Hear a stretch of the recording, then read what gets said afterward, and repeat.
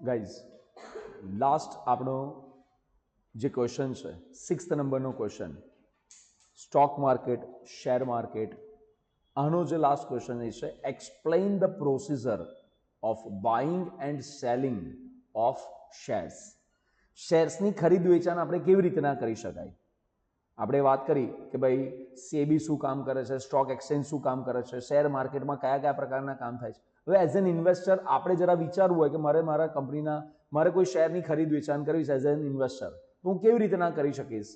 તો જો, buying and selling of shares, buying and selling shares also known as trading is the process of purchasing and selling ownership stakes in publicly traded through a stock exchange or brokerage platform.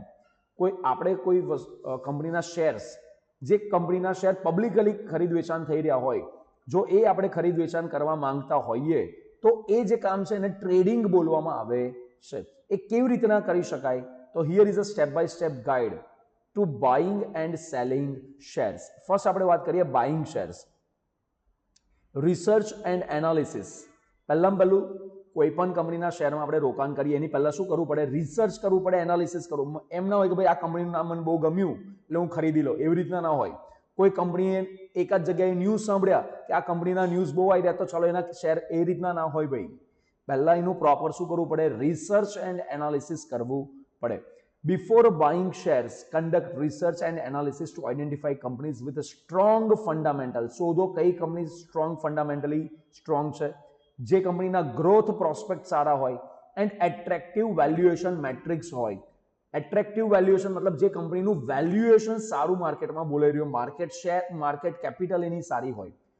Consider factors such as financial performance, industry trend, competitive positioning and management quality. આ બધી વસ્તુ આપણે research and એનાલિસિસમાં આપણે બધી research કરવી પડે, શોધવી પડે, સમજવી પડે અને ત્યાર પછી ડિસિઝન લેવાય કે ભાઈ શેરમાં ઇન્વેસ્ટમેન્ટ કરવું પણ છે કે નહીં. બરાબર. બીજો point, select a brokerage. Choose a reputable brokerage firm or online trading platform through which you can execute trades. તમારે બ્રોકર તમે ડાયરેક્ટ એનએસસીમાં જઈને ના કહી શકો લે એનએસસી માં આ શેર ખરીદો, લે બીએસસી માં આ શેર, એવી રીતના ન હોય. કોઈ તમારે બ્રોકરની જરૂર પડે, કોઈ રેપ્યુટેબલ બ્રોકર હોય જે પ્લેટફોર્મ ઓનલાઈન કાં તો ઓફલાઈન પ્લેટફોર્મ પર તમારા શેર્સની ખરીદ વેચાણ કરવામાં હેલ્પ કરે તો બ્રોકર સિલેક્ટ કરવો પડે. Compare brokerage fee. જો અમુક બ્રોકર છે ને બહુ સસ્તામાં તમારા શેરની લેવેચ કરી આપે, તો અમુક લોકો બહુ વધારે ચાર્જ વસૂલ કરે, તો બ્રોકરેજ ફીસ ચેક કરો. ટ્રેડિંગ પ્લેટફોર્મ એનું કેવું છે, રિસર્ચ ટૂલ્સ એ કેવા અવેલેબલ કરી આપે છે, કસ્ટમરને સર્વિસ કેવી આપે છે. Select one of the best suits your need. એવો બ્રોકર સિલેક્ટ કરો જે સૌથી બેસ્ટ તમને લાગે, તમારી જરૂરિયાતને સૌથી બેસ્ટ મેચ કરી શકે એવા બ્રોકરને સિલેક્ટ કરવો. એ થઈ ગયું, બ્રોકર સિલેક્ટ થયો. પછી તમારું ટ્રેડિંગ એકાઉન્ટ ઓપન કરાવવાનું. જે રીતના બેંકમાં એકાઉન્ટ ઓપન કરાવીને રૂપિયા ડિપોઝિટ કરો છો, વિથડ્રો કરો છો, એ જ રીતના શેરના ડિપોઝિટ, શેરના વેચાણ, ખરીદ વેચાણ માટે તમારે ટ્રેડિંગ એકાઉન્ટ ઓપન કરાવડાવવું પડે. Open a trading account with your ચૂઝન brokerage firm. આ જે બ્રોકર હોય છે ને, બ્રોકરેજ ફર્મ બોલાય, બ્રોકરેજ ફર્મ સાથે આપણે ટ્રેડિંગ એકાઉન્ટ ઓપન કરાવવાનું. Provide a required document such as identification proof, address proof and bank account details to complete the account opening process. Account opening પ્રોસેસમાં જે જરૂરી ડોક્યુમેન્ટ્સ હોય, આઈડી કાર્ડ આપવું પડે, એડ્રેસ પ્રૂફ આપવું પડે, બેંક ડિટેલ્સ આપવી પડે. અને અમુક કેસીસની અંદર જો તમે ડેરિવેટિવ્સની અંદર ખરીદ વેચાણ કરવા માંગતા હોય તો તમારે પાસ્ટ 3 વર્ષના ઇન્કમ સ્ટેટમેન્ટ્સ પણ આપવા પડી શકે છે. જો તમે બિઝનેસ કરતા હોય તો 3 વર્ષના ઇન્કમ સ્ટેટમેન્ટ, અને જો નોકરી કરતા હોય તો તમારે 6 મહિનાના સેલેરી સ્ટેટમેન્ટ તમારે ત્યાં આપવું પડે છે. નેક્સ્ટ આપ્યું છે fund your account. Trading account open થઈ ગયું, હવે તમારે ખરીદ વેચાણ કરવું છે તો તમારે પહેલા એમાં રૂપિયા ડિપોઝિટ કરવા પડશે. Deposit funds in your trading account to have sufficient funds available for purchasing shares. શેરને ખરીદવા માટે તમારે જે રીતના બેંકના એકાઉન્ટમાં રૂપિયા ડિપોઝિટ કરો છો એ જ રીતના ટ્રેડિંગ એકાઉન્ટમાં તમારે રૂપિયા ડિપોઝિટ ટ્રાન્સફર કરવા પડે. You can transfer money electronically from your bank account to trading account using online banking or other payment methods offered by the brokerage firm. Brokerage firm, જો તમે છે ને બેંક એકાઉન્ટમાંથી ડાયરેક્ટ ટ્રેડિંગ એકાઉન્ટમાં રૂપિયા transfer, even Google pay, phone pay આ બધી જે સુવિધાઓ છે ને આના દ્વારા પણ તમે તમારા ટ્રેડિંગ એકાઉન્ટમાં રૂપિયા ડિપોઝિટ કરી શકો છો. અચ્છા, રૂપિયા ડિપોઝિટ થઈ ગયા, હવે શું કરશો? તો જે શેર્સ ખરીદવા, જે શેરનું તમે રિસર્ચ એન્ડ એનાલિસિસ કર્યું છે, હવે એ શેરને ખરીદવા માટેનો ઓર્ડર મૂકો. Login into your trading account, place an order to buy shares of the desired company. જે કંપનીના શેર ખરીદવા માંગો છો એનો માટેનો ઓર્ડર મૂકો.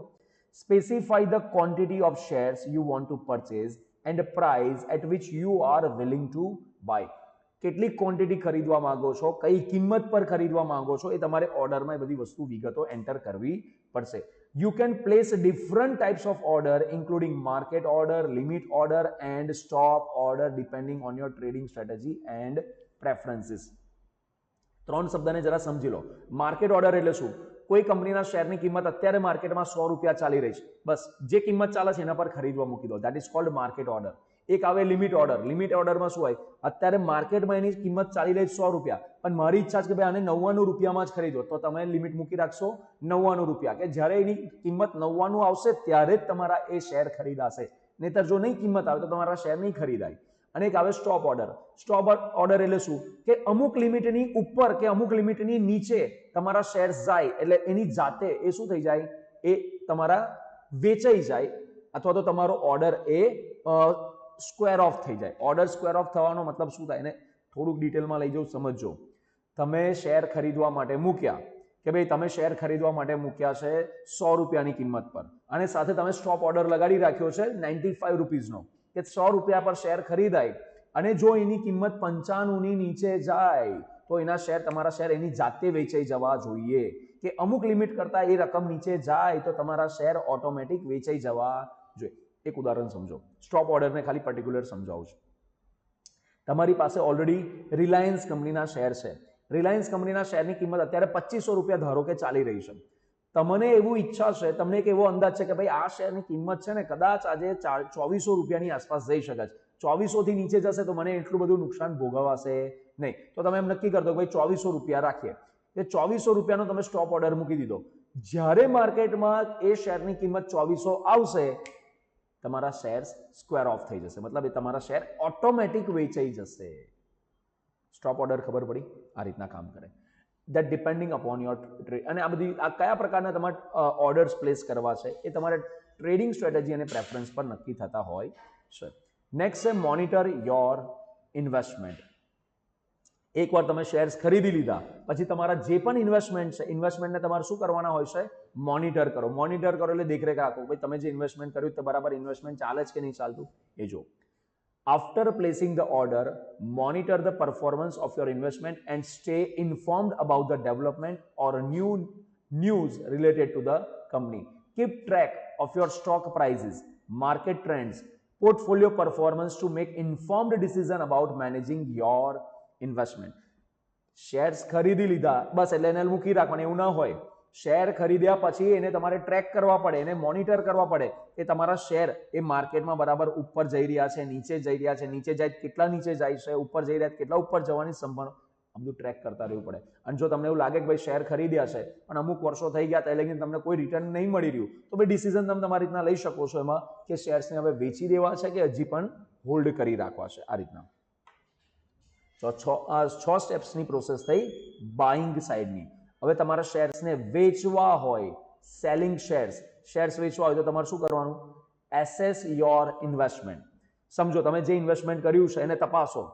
તમને એવું લાગે કે કોઈ જગ્યા એવી છે, કોઈ શેર્સ એવા છે કે જે બરાબર પરફોર્મ નહીં કરી રહ્યા અથવા તો ઉપરથી નેગેટિવ રિટર્ન આપી રહ્યા, તો તમે શું વિચારશો? ચાલો લાવે આ શેરને વેચી દે. અથવા તો તમને એમ પણ હોય કોઈ કંપનીના શેર તમે ખરીદેલા છો, તમને એમ લાગે કે આ શેર બરાબર ચાલી ગયા છે, બરાબર એના ભાવ વધી ગયા છે, હવે આનાથી વધારે વધે એવી સંભાવના નથી, મારે જેટલો પ્રોફિટ જોઈતો હતો એટલો પ્રોફિટ મને મળી ગયો છે, તો તમે શું વિચારશો? ભાઈ શેર વેચવાનું વિચારશો. તો હવે એની પ્રોસેસ શું હોય? પહેલું ashes your investment.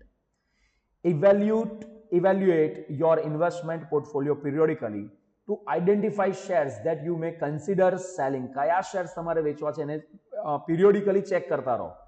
Consider factors such as investment goals, portfolio diversification, market conditions and changes in the company's fundamental. તમે શું ચેક કરશો? ભાઈ તમારા ઇન્વેસ્ટમેન્ટનો ગોલ શું છે, પોર્ટફોલિયોમાં તમે કેટલું ડાયવર્સિફિકેશન કરવા માંગો છો, માર્કેટમાં હાલમાં કન્ડિશન કેવી ચાલે છે, કંપનીના ફંડામેન્ટલમાં શું કોઈ ચેન્જીસ તો નથી થયા એ ચેક કરો. અને જો તમને એવું લાગે કે ના ભાઈ આ વસ્તુ તો હવે ગડબડ થઈ રહી છે તો તમે એનું માટે ડિસિઝન લઈ શકો છો. અચ્છા, ડિસિઝન લીધું કે ભાઈ હવે આ શેર વેચવા છે તો તમે શું કરશો, તમે તમારા ટર્મિનલમાં એટલે કે તમારા જે બ્રોકરનું જે ટ્રેડિંગ પ્લેટફોર્મ હોય ત્યાં આગળ તમે પ્લેસ કરશો ઓર્ડર સેલ કરવાનો. log into your trading account and place an order to sell shares of the selected company. Specify the quantity of shares you want to sell and price at which you are willing to sell. કેટલા share વેચવા છે, કઈ કિંમત પર વેચવા છે એ તમારે એમાં નક્કી કરવું પડશે, લખવું પડશે. You can choose from different types of sell orders. જે રીતના આપણે બાય ઓર્ડર અલગ અલગ પ્રકારના હોય છે, જેમ કે માર્કેટ ઓર્ડર હતા, લિમિટ ઓર્ડર હતા, સ્ટોપ ઓર્ડર હતા, same to same sell order પણ એ જ રીતના હોય છે. Based on your trading strategies and objectives. તમે કયા પ્રકારે ટ્રેડિંગ કરવા માંગો છો, શું તમારા ટ્રેડિંગના ઓબ્જેક્ટિવ્સ છે એ પ્રકારને ઓર્ડરના પ્રકાર તમે નક્કી કરી શકો છો કે માર્કેટ ઓર્ડરથી માલ તમારે વેચવો છે, લિમિટ ઓર્ડરથી કે પછી સ્ટોપ ઓર્ડરથી.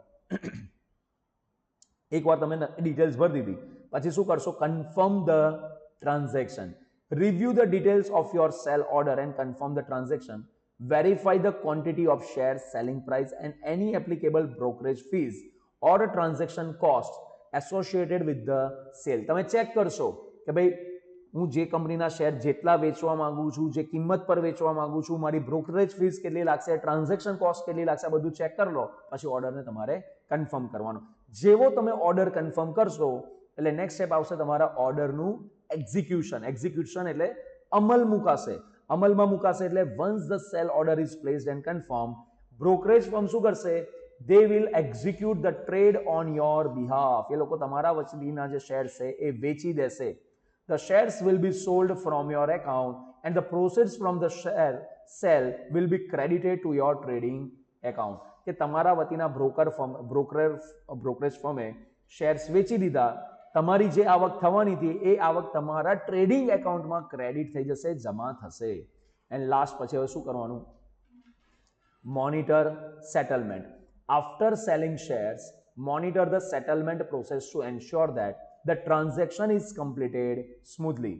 એકવાર શેરનું વેચાણ થઈ ગયું પછી તમારે તમારા સેટલમેન્ટની પ્રોસેસને ચેક કરવાની કે હા ભાઈ તમારો શેર્સ બરાબર વેચાઈ ગયા છે, કોઈ ગડબડ થઈ નથી. The settlement period may vary depending on the exchange and type of security traded, typically ranging from T+1, that is trade date plus 1 day. T+1 નો મતલબ શું થાય, આજની તારીખે તમે શેરની લે વેચ કરી છે એટલે T અને કાલે તમારું સેટલમેન્ટ થશે એટલે +1.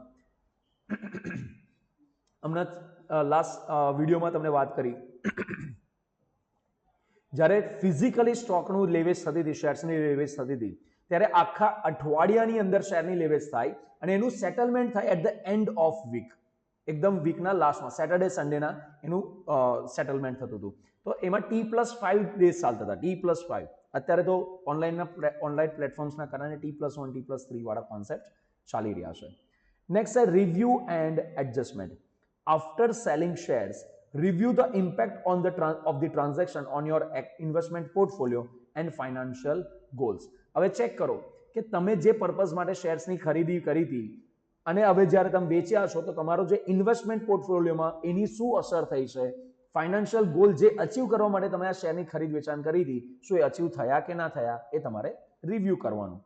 Consider reallocating capital to other investment opportunities for rebalancing your portfolio as needed to maintain your desired asset allocation. એકવાર શેર વેચાઈ ગયા એટલે રૂપિયા તમારા છૂટા થઈ ગયા, હવે ફરી તમારે નવી ઓપોર્ચ્યુનિટીઝ ફાઇન્ડ આઉટ કરવી પડશે કે હવે તમારા પોર્ટફોલિયોને રીબેલેન્સ કરવા માટે બીજા કયા કંપનીના શેર છે જેમાં તમે રીઇન્વેસ્ટમેન્ટ અથવા તો ઇન્વેસ્ટમેન્ટ કરી શકો છો. It's important to note that buying and selling shares involve risk, including the risk of capital loss. તમે શેરની ખરીદ વેચાણ કોઈ પણ કામ કરો હંમેશા એમાં તમારા મૂડીને ગુમાવવાની સંભાવના રહેલી હોય છે. And therefore it's essential to conduct thorough research. અહીંયા સ્પેલિંગ કરેક્ટ કરી લેવાનું, thorough research, diversify your investment portfolio and seek professional advice if needed to make informed investment decision. યોગ્ય ઇન્ફોર્મ્ડ ઇન્વેસ્ટમેન્ટ ડિસિઝન લેવા માટે તમારે જો પ્રોફેશનલની એડવાઇસ લેવી પડે તો લેવી જોઈએ. તો આ રીતના તમારા બાઇંગ એન્ડ સેલિંગની પ્રક્રિયા ચાલતી હોય છે.